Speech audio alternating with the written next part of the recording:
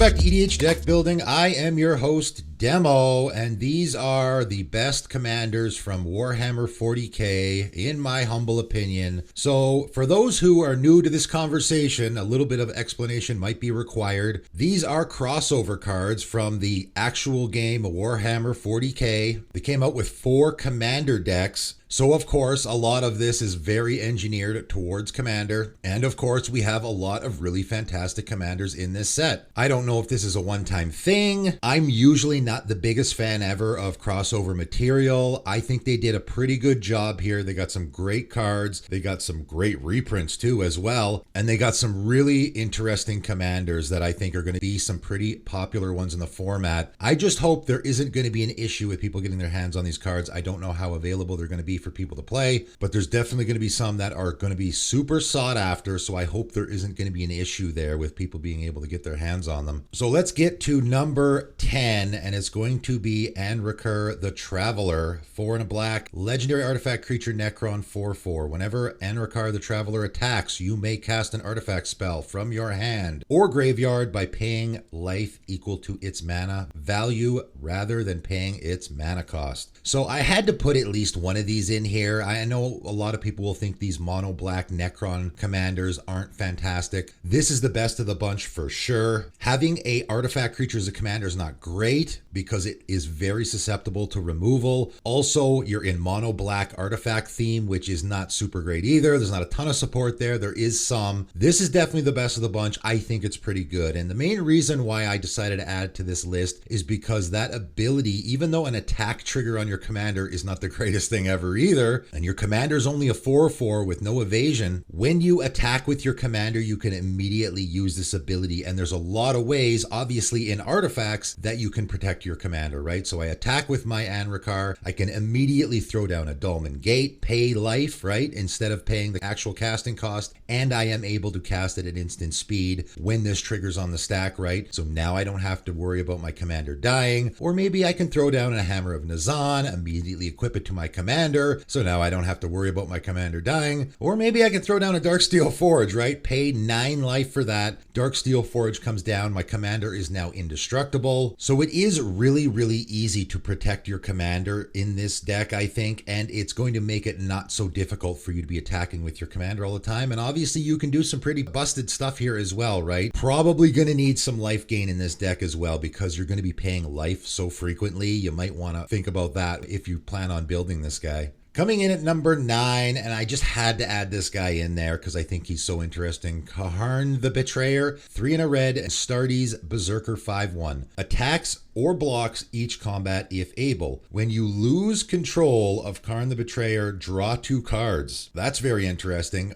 And also, if damage would be dealt to Kaharn the Betrayer, prevent that damage, and an opponent of your choice gains control of it. What an interesting commander. Again, this is probably not going to be a super popular one, but I had to throw it in here just because I think it is one of the most interesting build-arounds of the whole entire group. I really went off on a tangent when I was talking about this in my spoiler video about all the different things you can do. You can do just a straight political theme with this if you want to. Pass it around the table. Everyone gets to draw cards. You do need like a Homeward Path or Sanctum of Eternity in this deck for sure though, because you can get into the situation where you pass it along to your opponents and then they never give it back to you, right? So you do have to have those sort of fail safes in there to get your commander back if you need to. There are quite a few options there, so I think you'll be okay. Assault Suit is an absolute auto include in this deck as well. Again, that is a card that is going to be giving control of your commander to other players, so you're going to get that card draw off of it. It does make for a pretty neat deck. In mono red, you don't really see that kind of stuff a lot. It's a very interesting build around. I think I had to give it a mention on this list. Coming in at number 8,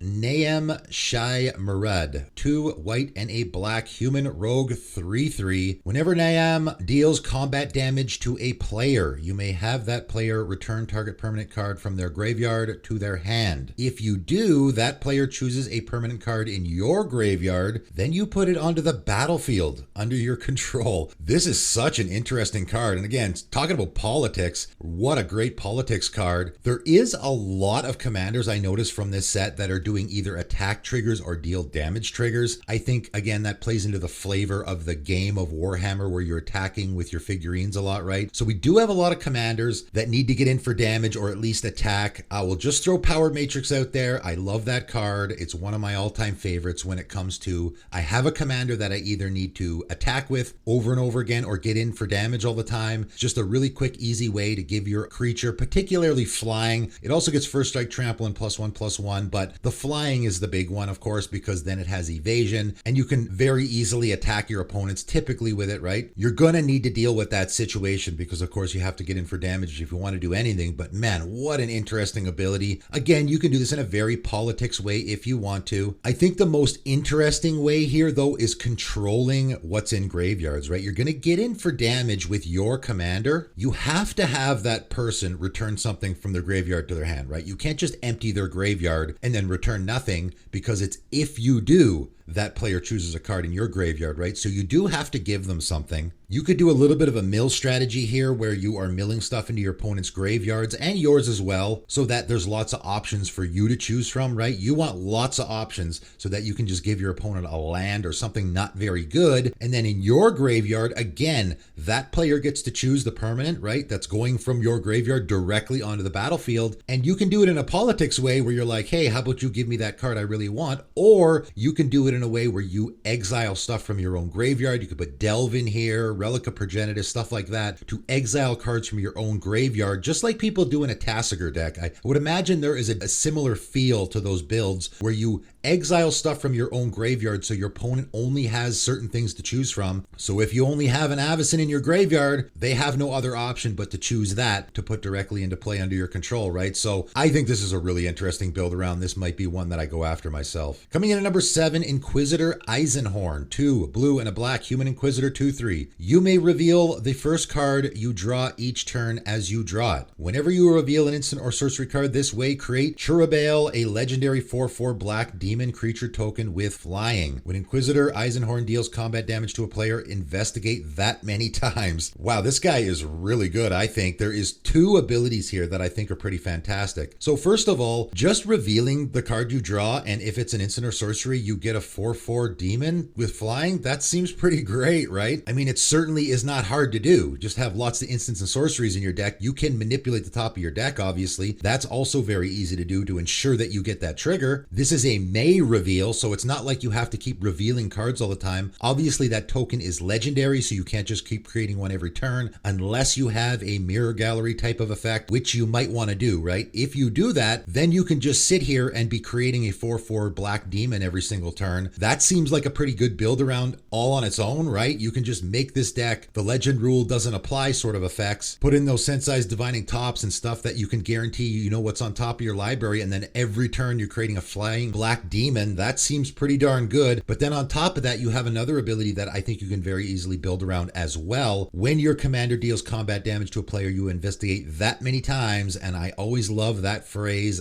that many. Very, very important, right? So if I can get in for damage with my commander, cast a Hatred, for example, now I make my commander like a 21/3, kill that player, and then on top of that, I get to investigate 21 times. A lot of things you could do with those artifact tokens as well in Dimir colors, I think. So you could even do a bit of an artifact theme here because you are cranking out those clue tokens. There's a lot you can do here. I think this is a very interesting commander. Coming in at number 6, Bellacor, the Dark Master, 3 blue, black, and a red demon noble 6/5 with flying. When Bellacor, the Dark Master, enters the battlefield, you draw X cards and you lose X life, where X is the number of demons you control. And whenever another demon enters the battlefield under your control, it deals damage equal to its power to any target. This is a fantastic demon commander, without a doubt. You're in Grixis colors, which we really don't see, so now you get access to a lot of different demons. In fact, pretty much all of them. I imagine there's not a ton of demons in white and green. You really can't get much better than this. Those tribal commanders that give like +1/+1 in first strike or +1/+1 and trample to your team is like, that's okay, I guess. But here you're getting so much value out of it, right? Your commander comes into play, you're going to get to draw cards, and then whenever you play a demon after your commander's already in play, you're getting a Warstorm Surge effect or Terror of the Peaks effect. So this is 2 fantastic payoffs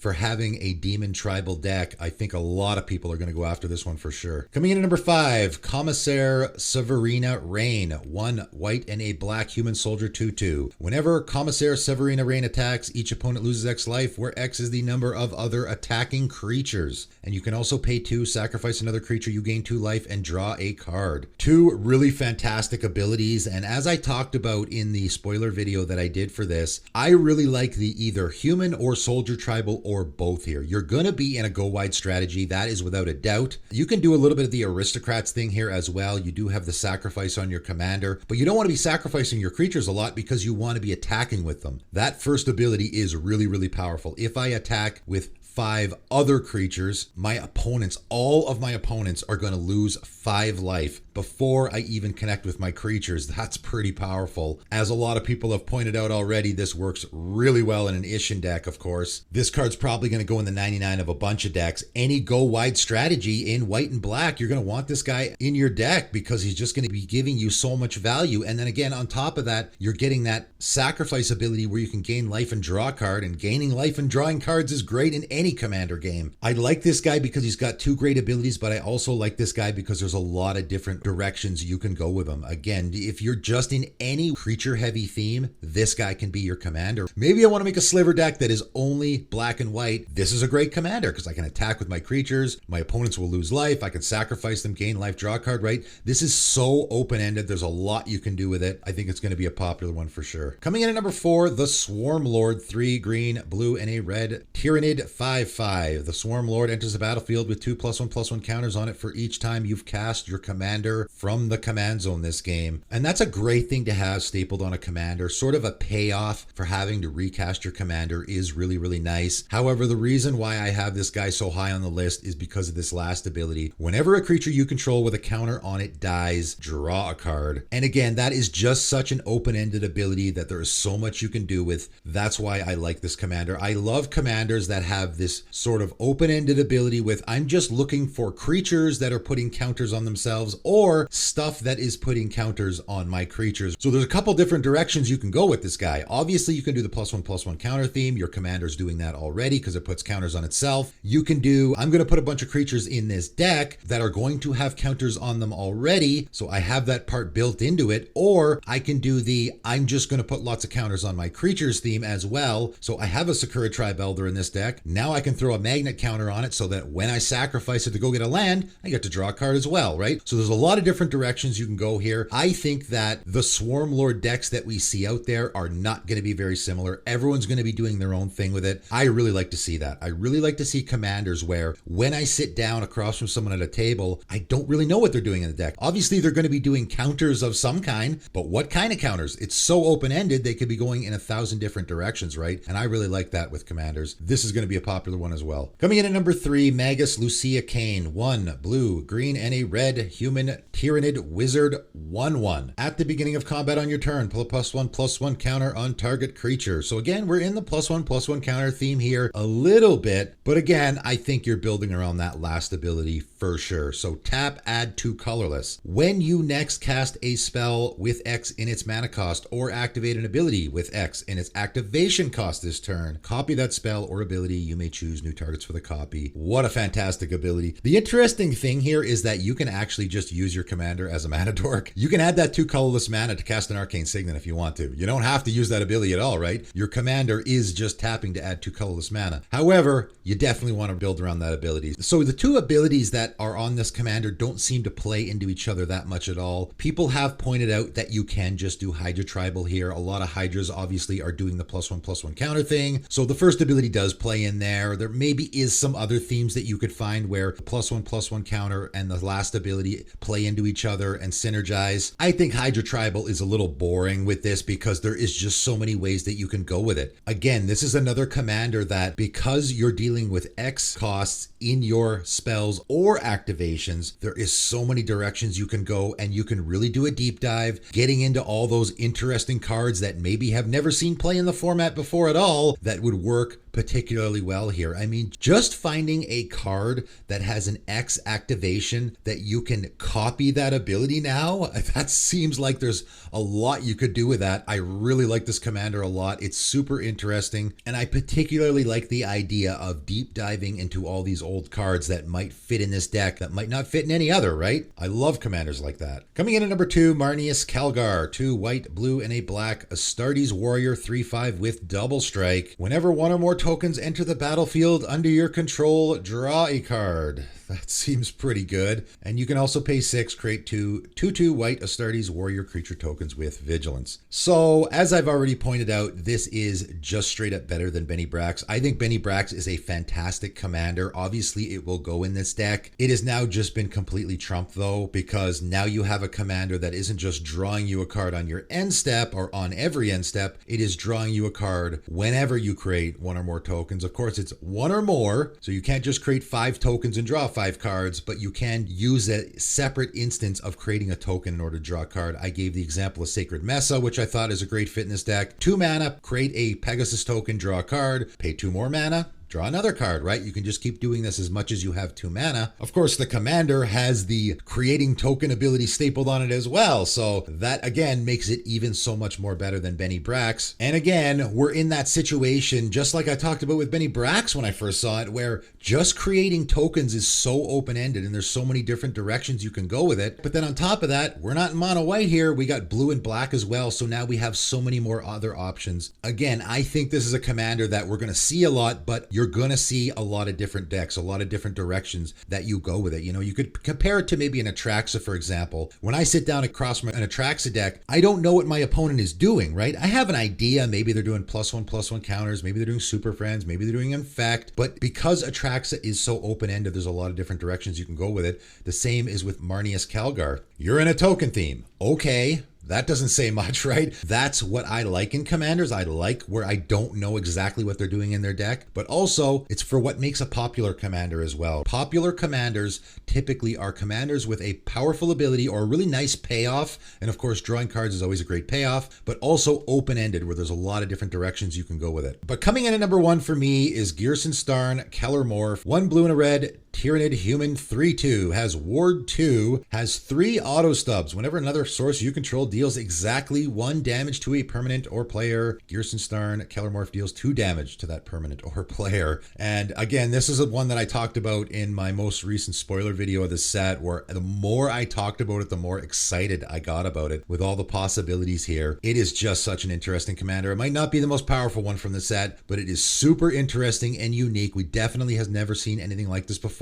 And again, so many different directions you can go with it. You can go a pinger deck with this if you want to. Pingers are typically dealing 1 damage. So that's 1 damage to a permanent player, and then your commander is going to do 2 as well. You can go with those pain cards, right? And there's lots of those, especially in red, where whenever something happens, deals damage to a target, or whenever something happens, your opponents take 1 damage. There's lots of those effects, of course, that you can go down that road as well. You can just put a lot of good stuff, deal 1 damage effects in here, like Niv Mizzet, for example. What a ridiculous card that is in this deck. These guys are ridiculous in each other's decks, obviously. They're a match made in heaven, without a doubt. Now, every single time you draw a card, you're going to be throwing 3 damage around. That's ridiculous. And of course, every time someone casts an instant or sorcery, you're going to be drawing a card. Both of these guys are an absolute must in each other's decks for sure. This guy is even better than I originally thought because it is so easy to do that exactly 1 damage to a permanent player. This is going to be a popular one, unfortunately, because I thought I might go after this myself. It is really, really good. It affects you as well. You do have to be careful. As I pointed out, City of Brass is not a great fit in this deck. But of course, as other people have pointed out, if you give your commander lifelink, now it's not really going to affect you at all, right? So giving your commander lifelink is fantastic here because this is your actual commander doing the damage. Also, Death Touch works as well, where if you're shooting creatures, now any amount of damage, of course, will kill that creature. So just more things that you can do in the deck. And again, if you want to play those hate cards like a Mana Barbs, for example, that does affect you as well. But if your commander has lifelink, now all your opponents are going to be taking 3 damage every time they're tapped their lands. That's going to close out the game pretty quick. You'll take 3 damage as well, but if your commander has lifelink, of course, then